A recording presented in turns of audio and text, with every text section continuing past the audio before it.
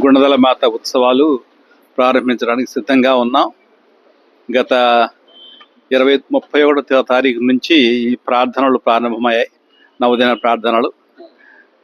చాలామంది భక్తులు ప్రతిరోజు సాయంత్రం వస్తూ ఉన్నారు. గుణదల కొండ మీదకి ప్రదక్షిణలు వెళుతున్నారు.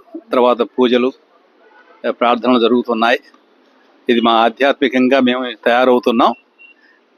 9, 10, 11 తేదీలలో ఘనంగా ఈ ఉత్సవాలు జరుపుకుంటాం. ఇంకా ఈ సందర్భంగా 3 పీఠాధిపతులు కూడా వస్తున్నారు. వాళ్ళు కొత్త వాళ్ళు కాబట్టి వాళ్ళు వచ్చి పూజ సమర్పించి ఆధ్యాత్మిక ప్రసంగాలు వినిపించి వెళతారు.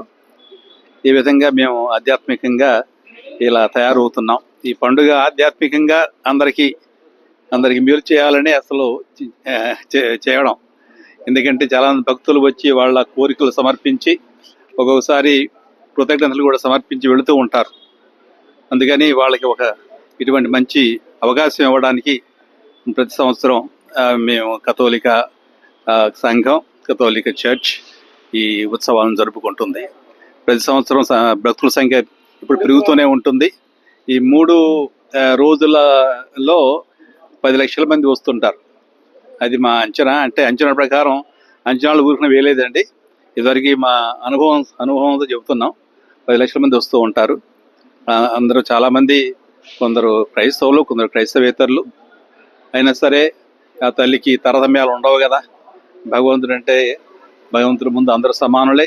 అలాగే భగవంతుడు అంటే అందరికి కూడా ప్రీతి. ముఖ్యంగా ఆ తల్లి దగ్గరికి వచ్చి ఆమె వేడుదల ద్వారా తమ కోరికలు సమర్పించి ఆమెకు కృతజ్ఞత సమర్పించి వెళుతూ ఉంటారు. ఇంకా చాలామంది రావాలని నేను కోరుతూ ఉన్నాను.